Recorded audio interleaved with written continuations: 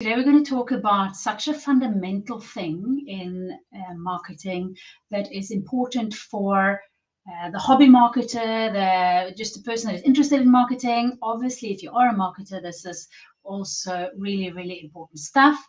It is the framework that you can base all other marketing on and all your marketing activities. It will also tell you how to prioritize those activities, making sure that you spend your marketing spend and time in the right place. And that is, so you can talk a little bit about why it is as well in the decision process, but I'm going to bring up a little presentation here, get my graphics out of the way. And that is lifecycle marketing. We're going to tie this word that might be strange and I haven't heard this before for some people. Other people might have heard it before. I'm going to put this lifecycle marketing in the context of your buyer's purchasing decision. So it's all about your buyer. It's not really about you as a business owner or a business. But it's how can you market the best way possible to get that click or website visits, etc., to become a paying customer. And we're absolutely not talking about forcing anyone to buy anything from you, because that will not work. But how can we do optimize this buying process in such a way that it benefits you and the client, because they do need your product. We're talking about the clients here that need your product or your service. Yeah, so this is me. I'm a founder of Pine Tree Marketing. We are based in Cape Town. I'm originally Norwegian. I love working with small businesses, entrepreneurs, when it comes to marketing, upskilling, which is exactly what we're doing here as well. And if you have any questions along the way, please use the chats. We are live on various platforms at the moment. So whichever platform you are on, use the comments field or the chat field or whatever is available on your platform. I will have a look out for questions during this session, also afterwards. If you're watching the review, which I know a lot of people are doing as well, you are still welcome to pop in your questions and we will answer them afterwards. You can also contact us via email or chat or however you want to, with any questions that you might have. We love sharing what we do. That's why we have a passion for it, I guess. So let's have a little look at online buying and the customer journey. So I'm going to show you, I'm not sure if you can see my little screen here. Let me just, so I'm going to show you. Let's see if this works. No, it doesn't. But what it does is that it shows you what a buying journey looked like traditionally and what it looks like now. So what we've had more of a linear process where the people go through an awareness stage, familiarity stage, consideration phase, a decision phase, and then the loyalty phase, which is not always included. But this model is really, really old. It's really, really old.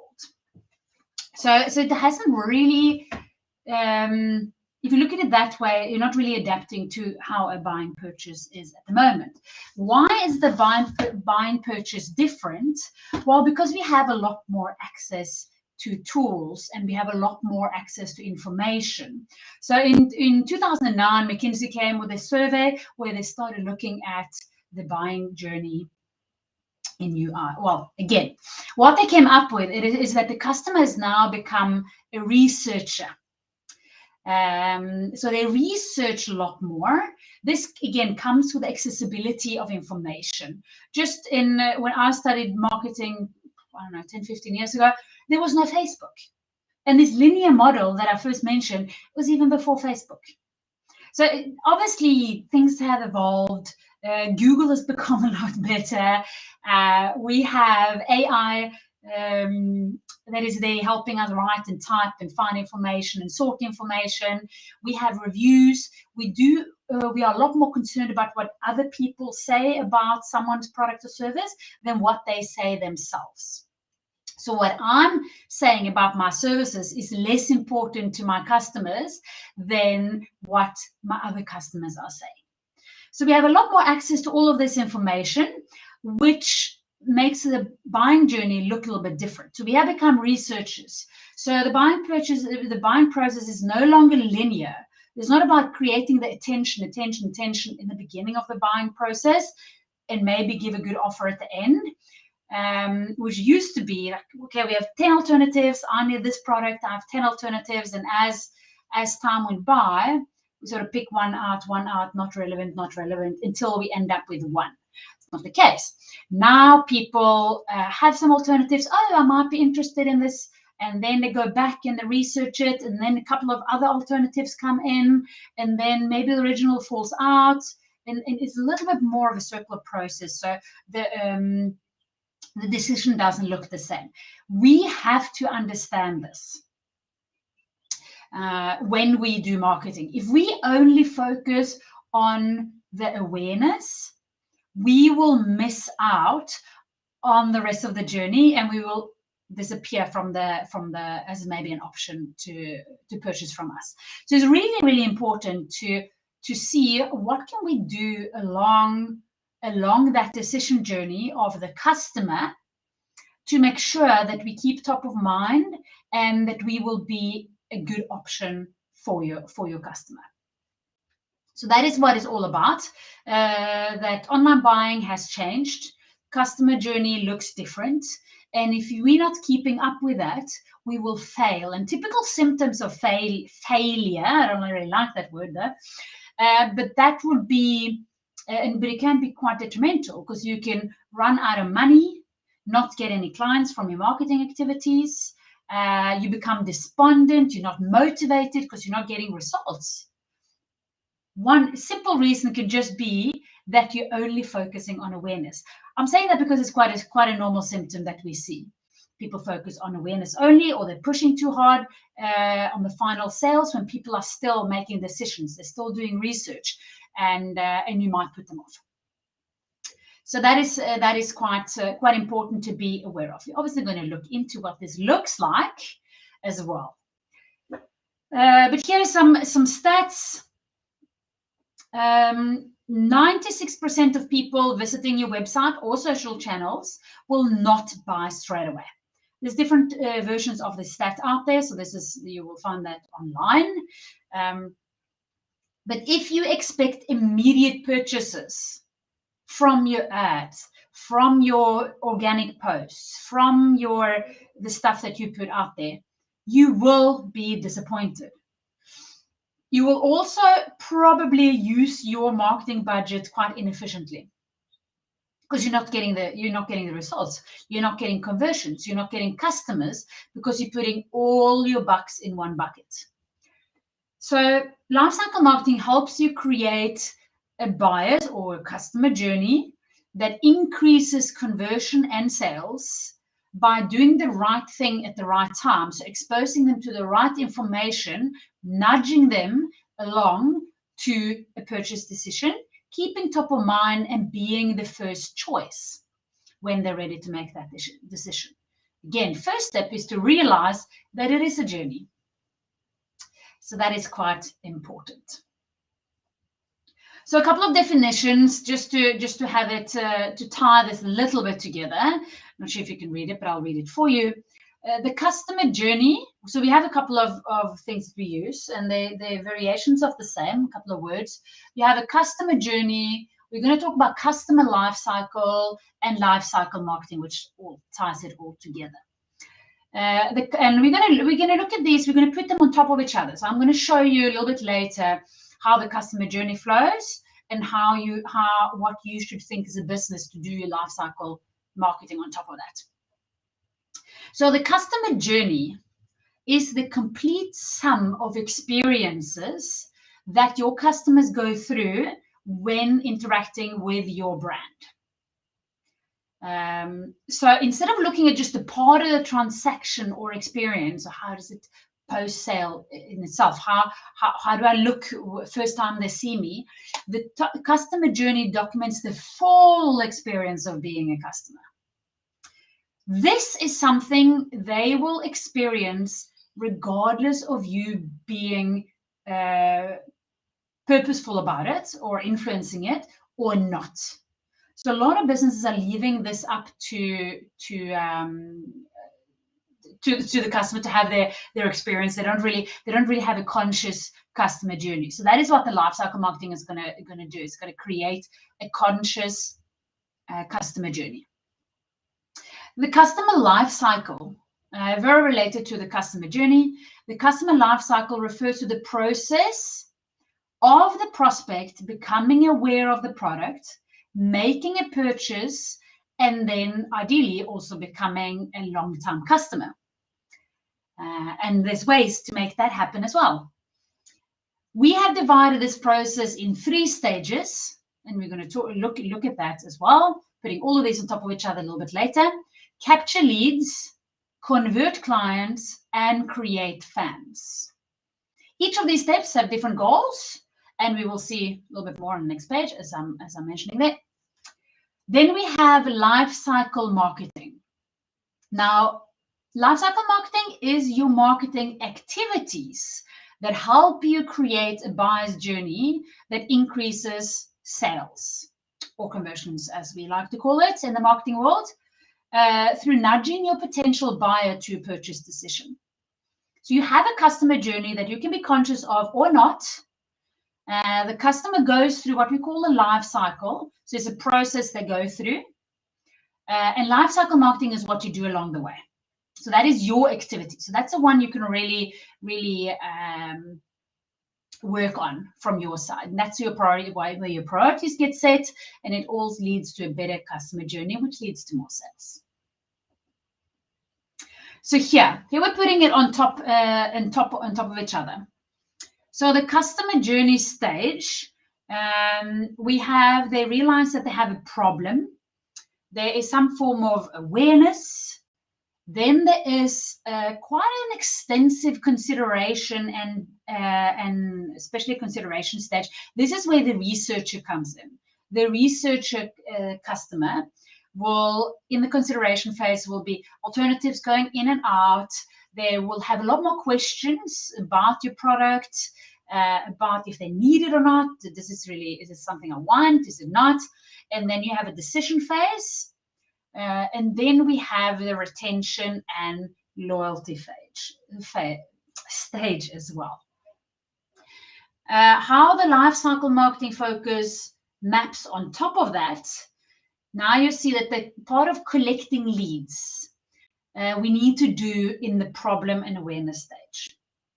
So when they are becoming aware of the problem and so awareness generally that you're an option, we need to collect those leads. How do we do it? Normally we do it through targeting, attracting, and capturing. So here there will be things like understanding your target group, attracting them, so have something that makes them interested in you. That could be lead magnets, could be a great brand. If you have a great brand, for that sake, it can be a brand name. But something that attracts them to you, you need to have. And if you're missing any of these, you will see that your conversion will not be as good as it can be. And then you need to capture them. This is a lot of businesses tend to forget this part as well. You need to capture your leads. If you don't capture your leads, you can't pull them further in the process of converting them. You will lose them. So when they go into the consideration phase, you have the great potential of having lost them. So you really need to capture them. And to do that, you need to have something good of value that allows your buyer to be captured. So you can't force them. Then we have converting clients. And this is a really, really important one, because this is where the new buyer, the way people buy now compared to just say 10 years ago, becomes so important. The consideration phase. This is a lot longer than what it used to be. Because of the researcher, they want to be sure they have access to a lot of information, and they will see what other people think about you. How do you present yourself? Is this a brand or product that I want to associate with? lot more, and they're more access to options as well. You can just imagine if you go, let's say you're looking for a pair of shoes. So before we got shopping centers, you walked in like a shopping street. Actually, before even the shopping streets, there was a shop on this corner and there was a shop on that corner, and you walked in between. Maybe there's even only one shop in a town. Then the shopping street came. Now all the shops were together. So now you can have maybe 2 shoe shops fairly close to each other. So your client now can easily go and compare. Then the shopping centers came, and now even more shops are together. Now you have the distraction of, oh, maybe I spent my money on a pair of jeans and I didn't actually spend them on the shoes. So a little bit more distraction. Online, you can have 25 tabs open at the same time, showing exactly the same shoe from different suppliers. So this is a little bit how to illustrate how we have now access to a lot more information as well. So converting clients become quite important. You have to have them captured. Means that you need to have their details or identify them in some way to be able to do this. What is it about? It's about engaging with them and nurture them. Answer the questions that you know that they will have during this process. So you need to understand your customer journey. You need to understand what your client is or your potential customer is considering, and you need to put in your effort on answering those questions, being where they look for information, etc. So it's quite important, a very, very important stage that needs a lot more attention than what it gets. Then we have offer. So we need to offer people first of all, the right thing at the right time. So say you're a pet shop or pet food shop supplier, and someone is interested in your cat food. Now, you don't really want to suddenly, when it comes to it, offer them 20% off the dog food, because you're sort of messing a little bit with the offer, and they might go somewhere else. So you want to make sure that the offer is right. You want to make sure the offer is coming at the right time. So not too early and not too late. So, and this is something you test. As you go, you test and see how you do. If you don't map out the process, you also don't have anything to test. Don't think that you need to get this all right at once. You do not. Then you need to close the client. So you mustn't be scared of closing them, but they need to go through with a decision. That needs to be easy for them to do. So don't give them too many options. If I'm looking for a pair of shoes, give me an easy checkout for the shoes that I'm interested in. Don't suddenly ask me if I want any of these 10 shoes, and you add another 9 options for me, because then I might be confused. Then we have the retention phase and the loyalty phase. This is where we want to create fans. And remember, this is all elements that you should invest in. I will a little bit later, I think, go through the priority path as well. Or it might actually not be in this one. Well, we'll see. But what that tells you, how to prioritize this, tells you to start with this stage. So your marketing effort should start here. If you have existing clients, you want to make sure that you deliver, impress, and multiply. This is your shortest way to getting a sustainable income or sustainable influx of new leads. If you create fans, they will talk the brand up for you. So you don't have to spend as much money on ads. It will be easier to convert the clients. So this is really a good stage to start to invest in if you're not doing it already. So deliver on promise. Deliver what you promise. Just don't under deliver. Very important. Make sure that the customer feels that you have delivered, not just you.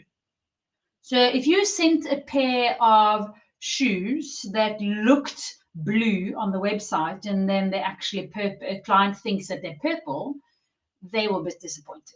So deliver. Then you can impress. So that is also quite important, because this is how you're gonna make sure that you will be able to multiply. So impress the client, do something extra. I don't know, personalized thank you note with a delivery, discount on the next purchase. Get someone to phone them up and ask if when you know your parcel is delivered, to ask if it met with their satisfaction, etc., etc. But something to impress them. You will know what that is, or you will have to figure it out. Again, you don't have to know, but you will figure it out. It can be more information. It can be a lot of different things. It doesn't have to be anything that costs money. Then multiply can be done a couple of ways. You can have repeat purchases from the same person, or you can have one person that talks to another person, so you get a new client. This all ties back into the attracting and capturing new leads.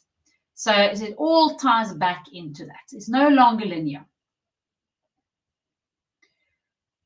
So why do you need lifecycle marketing? You need to facilitate and support the buying process of your customers.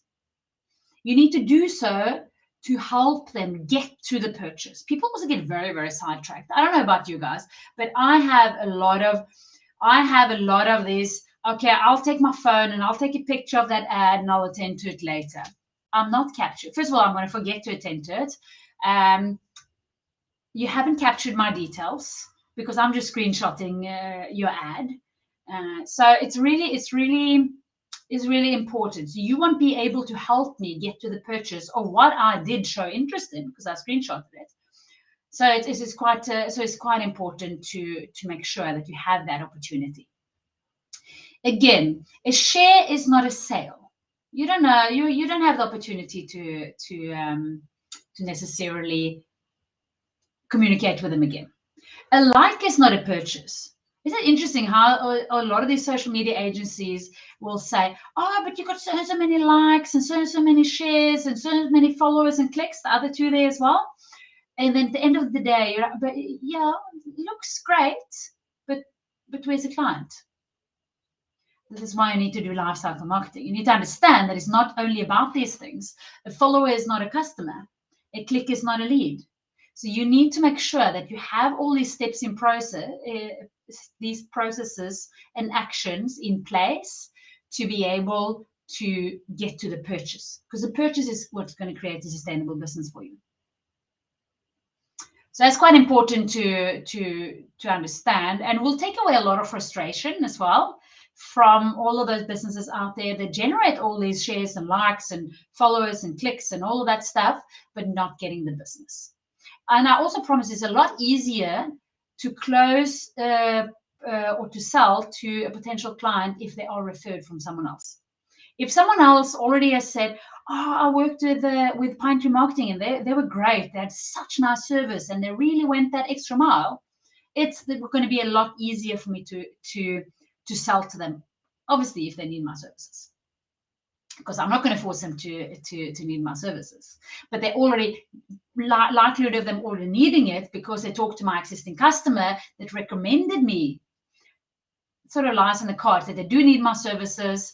I already created some kind of trust because I was recommended. It wasn't my company talking to the client, telling them how great I am. There was someone else saying, hey, these people are quite good. You should talk to them.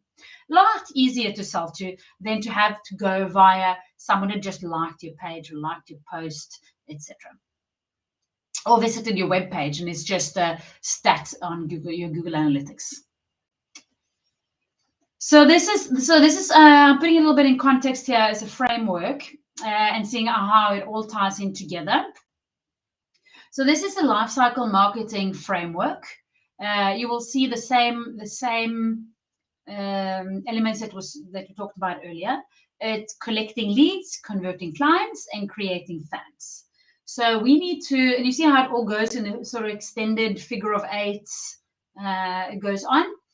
So we need to target our correct target group. There's no point of targeting the wrong person. For marketing services, I don't need to target people that don't need marketing. I want to target the ideal customer for me, the ones that will like to work with me. That's who I want to target, not the ones that it's going to give me a lot of hassle. I want to have the person that is easy to work with, that can build a good relationship, and we can really thrive both in the delivery and what you are receiving. So you need to target the right kind of person. Also lead to frustration if you do not do that.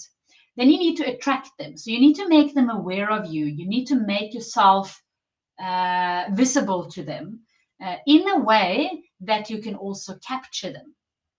So you want to attract them, give them something of value so that they want to register and give you their details. Then to convert clients, you really need to engage and nurture with your prospects.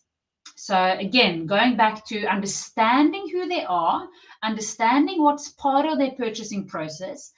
I do not expect you to necessarily know this straight off the bat. So don't be despondent if you're thinking, oh, but I don't really know. I don't know. Well, then we just start with mapping. So what I recommend when you start with lifecycle marketing is to start mapping out your process, what you have. And if you say, oh, but I don't have a process, well, that's perfect. Then you have clean sheets and you start. And then I would recommend to start also in this section, creating fans if you have existing customers. If you don't have existing customers, I will recommend to start here. There's no point of pushing in the money here if you don't have a conversion process in place. So a little bit of a hint there about how you should prioritize. So you need to engage and nurture with them and give them the right information at the right time. By having this mapped out in the process, you can figure out if your process is wrong. So you can improve your process. You can say, oh, no, that activity didn't really seem to work. Why did it not work? Was it because other things were not in place? Or was it just because it was the wrong thing to do? Did I offer this too early? Am I offering the wrong thing, for example? So when you come to offer, testing out your offers, knowing what you offer and why you're offering at a specific time will help you to test your offers. Doesn't mean you have to get it right straight away, but you have the opportunity to improve and the opportunity to get it right by doing it consciously. And then you need to close the business. Review your own purchasing process. Get someone else to review your purchasing process, actually. Let that not be your best friend, your parents, your child. Let it be someone else, someone that will be objective, someone that doesn't dig you and love you for just because they're your family. They will be too much of your fan to give an objective opinion about it. So have a review of your closing process, because it is an important part. If you're not getting it right, you won't close the business, you won't get sales. And again, once you're mapping out the process, you will see where people fall off.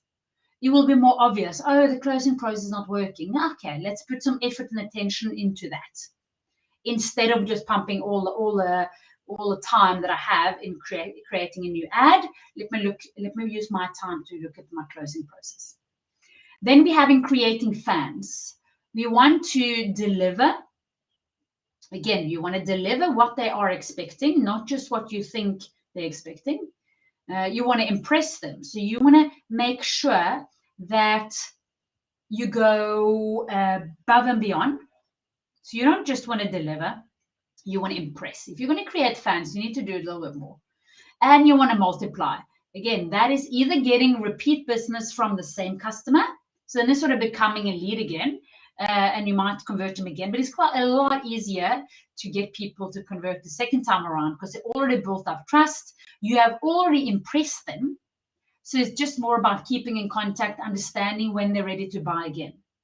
Or you can multiply by getting referrals from them, getting reviews that close other clients that they don't even know about. So I can leave a review on a product, on a purchase platform, and someone I don't know see that review and say, okay, this is a good service, so I trust them. So it's quite important to have these things in place. So getting a review process in place, very, very valuable.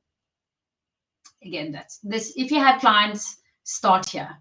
If you have any clients, just start here, creating these processes, and then you work your way backwards. You need to have a collection process or a capture process as well.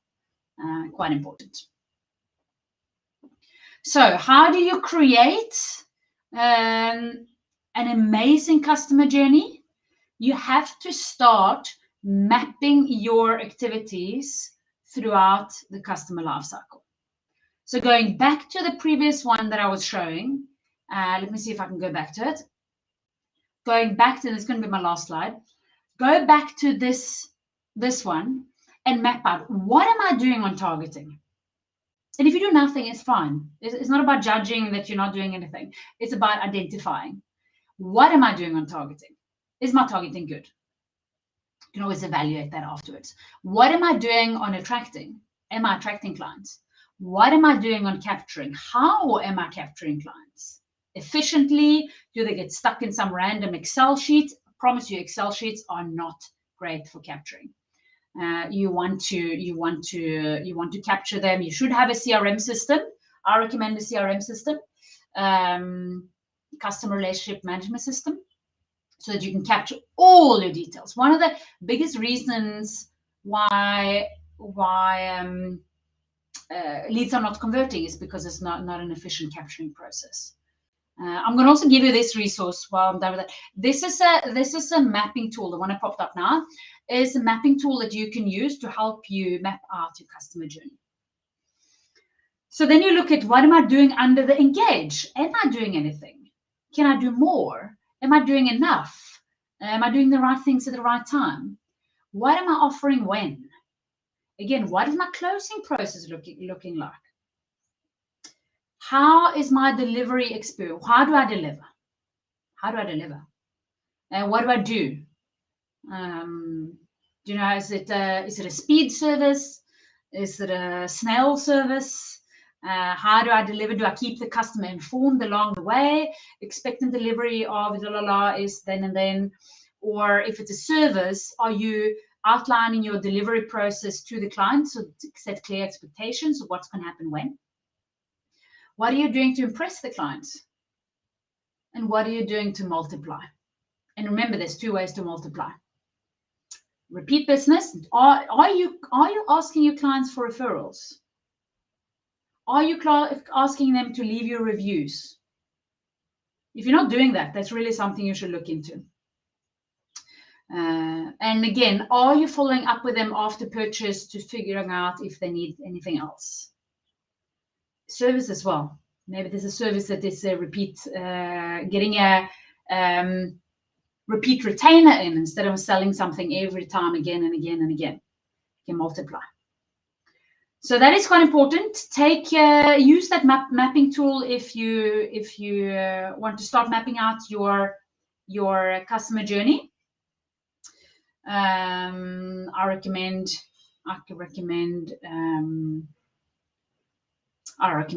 trying to map that out.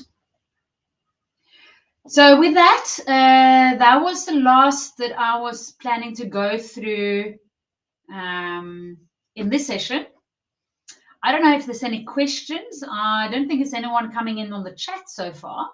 But again, if you're watching this in the recording, please just pop the messages in, write us an email, be in touch. We are very normal people behind the scenes here that just love what we do and like upskilling our clients, obviously, but we already help them, but the general marketer out there as well, hobby marketer, serious marketer, marketing head, or just whoever is interested, actually.